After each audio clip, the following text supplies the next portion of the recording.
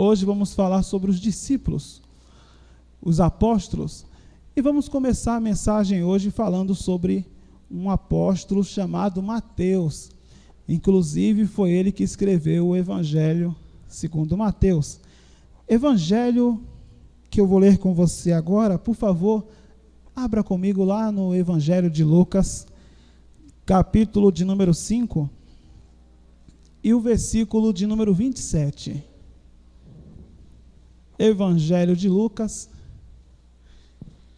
capítulo de número 5, e o versículo de número 27. Muito fácil de encontrar.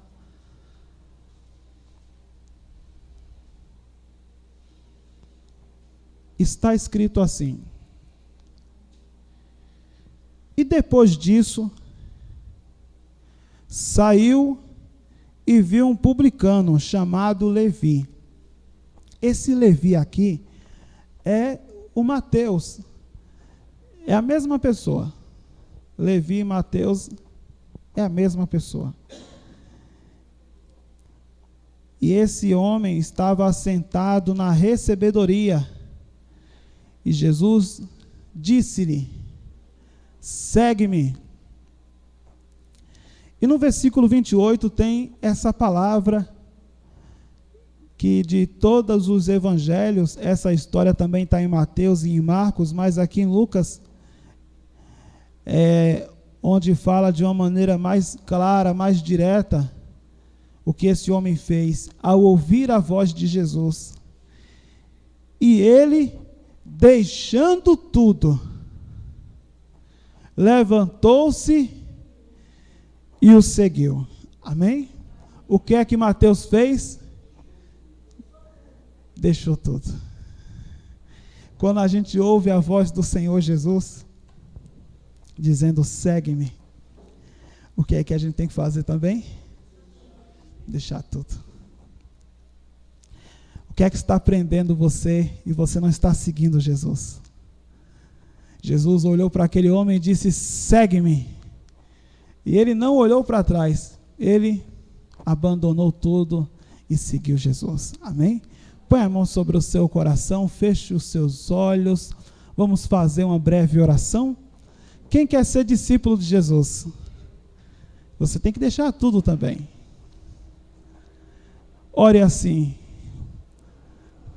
Vai orando, vai falando com Deus. Vai dizendo para Ele que vai deixar tudo para seguir o Mestre. Senhor meu Deus e Senhor meu Pai Todo-Poderoso, fala conosco através da Tua Santa Palavra. Fala com cada vida que está aqui, fala a cada coração, fala com cada pessoa, e que essa palavra venha entrar no coração, e que essa pessoa venha ser muito abençoada, no nome de Jesus. Amém. E graças a Deus, diga graças a Deus, e pode aplaudir bem forte a palavra do Senhor, e diga glória a Deus. Mateus, ele era um publicano, um cobrador de impostos a serviço do Império Romano. Esse era o seu trabalho. Ele ficava ali numa mesa e as pessoas iam pagar aquela alta carga, aquele alto tributo ao imperador romano, ao César. As pessoas naquela época, a grande maioria, ou elas trabalhavam na agricultura, ou elas eram pessoas que faziam artesanato, eram artesãos e agricultores. E o imposto ao imperador romano, ao César, que se achava dono daquela terra, daquele país, ele era o governador do Império Romano, que tinha o maior exército do mundo, que era uma porção de terra gigantesca, era a maior parte do mundo conhecido da época. O César olhava para aquele pequeno país com desprezo. E ele achava que aquelas pessoas, elas tinham a obrigação de pagar para serem dominadas por César. César, o imperador romano, também se considerava um deus. Olha que estranho. Aquele imperador, ele deveria ser venerado em todo o mundo. Aonde a bandeira romana chegasse, eles deveriam adorar a César. César era o deus dos romanos, um homem que tinha nele o desejo de ser adorado por outros homens. Enquanto na terra de Israel se adorava ao Deus vivo, César, o imperador, vinha com aquele exército e através da força dizia: vocês vão ter que me adorar. E vocês, para ter o privilégio de me adorar, vão ter que pagar os impostos. E os impostos eram um imposto assim tão absurdo. Era um imposto tão alto. Em média, 70%. Mais da metade do que se produzia tinha que ser entregue ao Império Romano. 70%. Você imagina o que isso representa se a pessoa ali ganhasse, um exemplo, R$100, R$70, ela tinha que entregar para o governo romano. Era uma obrigação, ela tinha que fazer isso. E se ela não fizesse isso, eu vou me rebelar, eu não vou pagar o imposto de César, coisa nenhuma. Então a situação ficaria muito ruim, porque o que ela tinha seria arrancado pelo imperador, pelos representantes romanos. Se ela tinha uma terra, e aquela terra foi recebida dos seus antepassados, foi passado de pai para filho, para neto, é a terra que eles receberam por herança, por promessa de Abraão. Aquela era a terra prometida, aquela terra seria arrancada, e eles ficariam sem terra. Se a pessoa tivesse uma casa, perderia a casa, e se ela não tivesse nada, ela seria escravizada. Então, o Mateus, ele trabalhava ali, recebendo os impostos. E o que é que ele fazia? Além de cobrar os impostos, por ser ele uma autoridade instituída por Roma e por César, ele era visto como um traidor, ele pedia um pouquinho a mais para colocar no bolso dele. Ele pedia um pouquinho a mais. Então, a pessoa já dava 70% de tudo que produzia. Já estava em uma situação de miséria. Rapidamente, as pessoas foram perdendo os bens, foram empobrecendo por causa daquele imposto do governo absurdo. E elas trabalhavam, mas viviam numa situação muito difícil. E o Mateus, o publicano, ainda explorava o povo um pouco mais ainda. Então os pobres foram ficando cada vez mais pobres. A pessoa que não tinha muita coisa foi se tornando cada vez mais miserável. A pessoa que perdia tudo que tinha, o que é que ela fazia da vida? Vou para Jerusalém, vou para a capital. Porque na capital, em Jerusalém, há o grande templo de Jerusalém. E tem sempre aqueles peregrinos, aqueles religiosos. Eu não tenho nada, vou ficar no caminho. Se alguém passar, eu vou apelar para a misericórdia desses peregrinos e vou começar a pedir esmolas. Então, em Jerusalém, foi crescendo o número de mendigos. Jerusalém era uma cidade cheia de mendigos, de pedintes, a miséria estava em todo canto. Quando há falta de recurso, há um crescimento de crimes. Jerusalém também era um lugar de ladrões. As pessoas estavam tão desesperadas que agora uns pedem, e quem tem assim mais ousadia, no desespero, começa a roubar. Vai aumentar o número da prostituição. E isso naquela cidade que era o centro religioso. o templo, por pena daquelas pessoas, daquele povo que sofria tanto, começava a oferecer para aquelas pessoas um sopão. Tinha uma comida ali, um sopão que era feito por misericórdia, e tinha uma multidão para comer sopa. Gente entristecida, humilhada, gente que estava ali padecendo na mão dos governantes, pessoas que estavam sendo exploradas, criminalidade aumentando, miséria para todo lado, muita gente num lugar, aquele povo morando naquela cidade sem nenhuma estrutura, sem nenhuma infraestrutura. Como é que aquela cidade ela vai ficar? Como uma favela.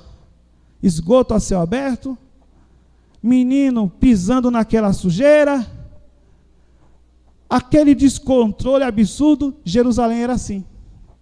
Era como uma grande cidade dos nossos dias. Todas as grandes cidades hoje têm essas mesmas mazelas que eu estou falando. Aquele grande agrupamento de pessoas. Aqui no sertão, nas cidades pequenas, a gente não vê isso com muita frequência.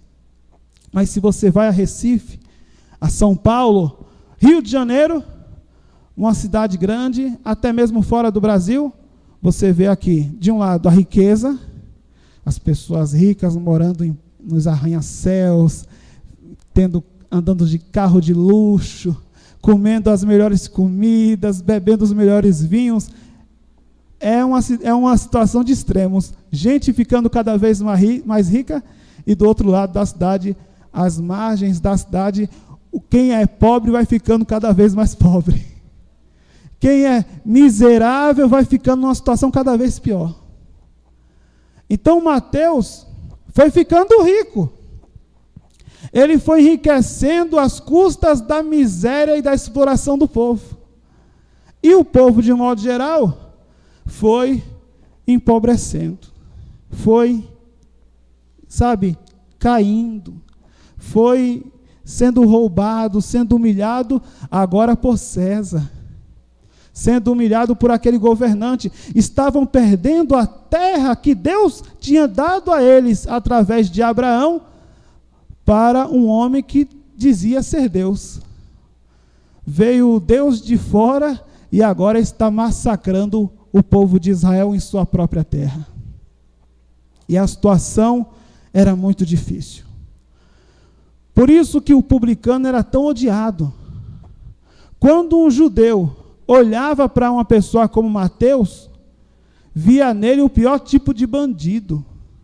Porque Mateus era uma engrenagem daquela miséria que estava acontecendo na terra prometida, na terra de Israel. Mateus fazia parte daquele esquema de corrupção. Mateus era um ladrão. Mateus estava cada vez mais rico, cada vez mais próspero, enquanto a maioria do povo padecia, sofria, gemia. Então Jesus, ele vai sair daquela casa onde ele estava hospedado e vai dirigir para o centro de Jerusalém.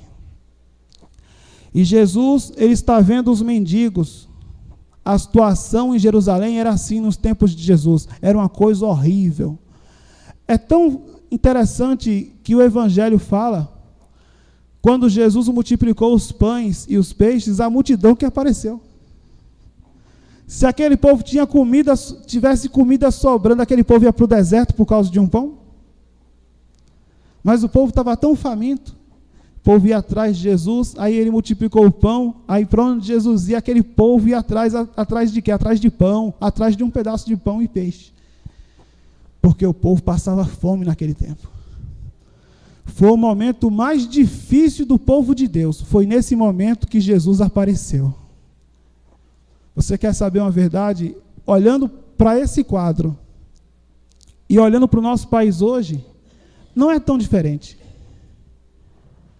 Vivemos hoje em um país de muitas injustiças, aonde quem está no poder e era para representar o povo são aqueles que mais desviam recursos. A terra é rica e boa, porém a prosperidade não vem para todos, apenas para uma pequena elite. E a grande maioria das pessoas só restou o trabalho. Vai se aposentar com 60, agora com 70, agora com 80. E pasmem vocês, certa vez o nosso presidente disse que o Brasil vai viver até 140 anos daqui a pouco. Parece brincadeira isso que eu estou falando, mas é verdade. Em um discurso ele disse assim: o brasileiro daqui a pouco vai viver até os 140 anos. Mas, se você observar bem, todos estes já estão aposentados. Então você vê que a exploração é também hoje nos nossos dias, não mudou muita coisa. E a gente sabe muito bem porque o país está desse jeito. São os governantes, são os políticos, as lideranças do país. Semelhante a Mateus, já são pessoas bem-sucedidas, mas ao invés de se contentar com aquilo que elas já possuem, elas querem sempre mais. É um círculo vicioso. Quem tem 1 milhão, quer 2 milhões. Quem tem 2, quer 10 milhões. Quem tem 10 milhões, agora quer 100 milhões. Nem sabe para que tanto dinheiro vai ter alguma utilidade. Nem sabe no que gastar. Porque já tem dinheiro demais, mas quer sempre mais. Mateus era assim. Então Jesus, ele vai andando por aquela cidade, vai vendo os mendigos, prostitutas. A gente vê um monte de prostituta no Evangelho por causa disso. Aquelas misérias, pessoas passando fome, os ricos cada vez mais ricos, os pobres cada vez mais miseráveis, pessoas sem teto, pessoas sem nada, e Jesus vai passando por aqueles lugares e vai se aproximando do centro, até que ele chega lá naquele banco, naquela mesa, Mateus contando aquele monte de dinheiro, e ele olha para Mateus, e Mateus sabia que indiretamente ele era responsável por todas aquelas misérias que aconteciam. Ele sabia disso. O povo achava ele um bandido, e ele mesmo também se achava um bandido, porque ele sabia que o preço do seu luxo era o sofrimento de todas aquelas pessoas, e ele via aquilo todo dia. E isso vai mexendo com o coração de uma pessoa. A culpa está instalada. Mateus não tem paz. Mateus sabe que tudo que ele tem, ele não tem a sua própria dignidade. Ele vendeu a sua alma ao diabo. Ele está ali vivendo do bom e do melhor, mas muita gente está passando fome. E o seu coração não é um coração feliz. Por isso que quando Jesus chegou lá e olhou para ele e disse para ele assim: Mateus, segue-me. Ele deixou tudo ali e seguiu Jesus naquela mesma hora. Porque aquilo que ele tinha não garantia a ele uma noite de paz, uma boa noite de sono. Mateus era uma pessoa perturbada por aquela situação. Então, quando Jesus disse: segue-me, ele deixou tudo ali, jogou o ouro para lá. Jesus olhou aquele homem nos olhos, e pela primeira vez, Mateus sentiu paz e sentiu amor. Porque todo mundo olhava para ele com ódio, mas Jesus foi até ele e disse: vem aqui, segue-me. E continuou o seu caminho. E Mateus, ele tomou uma decisão. Ele vai deixar todo o ouro e toda a injustiça ali, e vai começar uma nova vida com o Senhor Jesus. E agora ele tem um propósito em sua vida maior: seguir o Senhor Jesus. E ele vai se tornar um apóstolo do Senhor Jesus.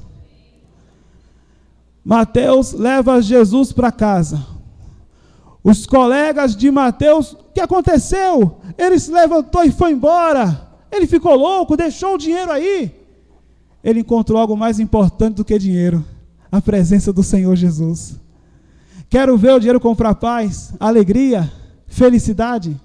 Dinheiro é importante? mas não é tudo. Às vezes a pessoa não tem tantas coisas assim, mas ela tem paz quando põe a cabeça no travesseiro e ela dorme tranquilo, porque o sono dela é o sono dos inocentes, o sono dela é o sono da honestidade, ela não deve nada a ninguém e ela tem toda a dignidade para ter o seu sono tranquilo, porque no seu coração não há nenhuma culpa. Agora quero ver a pessoa igual a Mateus pôr a cabeça no travesseiro e pensar que tudo que ela tem foi construído de forma desonesta. Mateus era perturbado, minha gente. Jesus entrou na vida dele. E quando Mateus leva Jesus para sua casa, Mateus, ele faz um grande banquete. E agora ele quer apresentar Jesus para todo mundo. Versículo de número 29. E fez-lhe Levi um grande banquete em sua casa. E encheu de gente, porque se naquela época se alimentar bem era coisa rara, ele encheu a casa de gente para comer com ele agora. Veja que coisa, que atitude oposta à de um rico egoísta. O rico egoísta, ele quer comer tudo sozinho. Agora ele quer distribuir o que ele tem. Vou fazer um banquete, todo mundo vai comer bem aqui na minha casa agora. E Jesus ali com ele. Quando uma pessoa tem Jesus na sua casa, ela é assim, sabia? Ela tem um coração generoso, ela não mede esforços para trazer um pouco de conforto para o seu próximo, porque ela tem a maior riqueza de todas, que é a presença do Senhor Jesus. Aquele que tem Jesus na vida, vive diante de um banquete contínuo, e a alegria não acaba nunca. Mateus agora está encontrando a paz que somente aquele que é de Deus tem. Ele vai abrir mão de uma vida de conforto. Jesus vai muitas vezes dormir na beira da estrada. Mateus não liga. Aquele homem rico que conheceu o luxo daquele mundo, daquela época, agora vai seguir Jesus por onde Jesus for. Ele deixou tudo para lá. E agora ele vai seguir Jesus, porque Jesus é a coisa mais preciosa que alguém pode ter na vida. Se você tem Jesus, você pode não ser tão rico como o prefeito dessa cidade, ou como o empresário desse país, mas você é uma pessoa rica das coisas de Deus, e é melhor ser rico das coisas do céu do que ser rico das coisas da terra.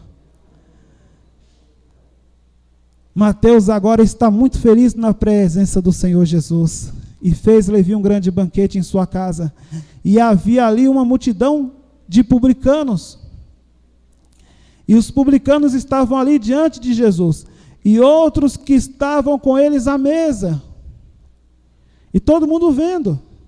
E chegou também ali os escribas e os fariseus, e murmuravam contra os seus discípulos, dizendo: por que comeis e bebeis com publicanos e pecadores? E Jesus, quando ouviu a fofoca, ele vai responder assim, à altura. E Jesus respondendo disse-lhes: não necessitam de médico os que estão sãos, mas sim os que estão enfermos. Eu não vim chamar os justos, mas sim os pecadores ao arrependimento. Mateus vai ter a sua vida transformada a partir daquele dia. E ele nunca mais vai olhar para trás. Vai permanecer com os seus olhos em Cristo. E vai permanecer fiel. E vai se tornar o apóstolo Mateus. Muitas vezes a gente chega diante dessa encruzilhada, dessa decisão, desse momento onde devemos seguir a Jesus ou permanecer na nossa própria vida de maneira egoísta, ou servir a um propósito maior. Um outro homem também foi encontrado pelo Senhor Jesus, e este também era rico. A Bíblia chama ele apenas de jovem rico, ele não tem nem nome, o jovem rico, obedecia à lei e tudo mais. Mas Jesus o provocou dizendo: só falta uma coisa, vai, vende tudo o que tem, dá aos pobres, terás um tesouro no céu, e depois vem e segue-me. Aquele homem diante de Jesus preferiu as riquezas. O Senhor Jesus, ele faz essa pergunta para cada um. O que você prefere? As coisas terrenas ou as coisas celestiais? As duas você não pode servir. Ou você vai viver para Deus, ou vai viver para as coisas do mundo. No caso desse homem era riqueza. No nosso caso, na vida de cada um, pode ser outras coisas. Tudo que você coloca acima de Deus passa a ser um Deus na sua vida, e isso afasta o agir do Deus Todo-Poderoso, e isso afasta a presença de Deus de você. Que venhamos tomar a mesma decisão que Mateus tomou. Quando Jesus diz, segue-me, que a gente venha deixar tudo para trás, e não olhar para trás e seguir nos passos do Senhor Jesus.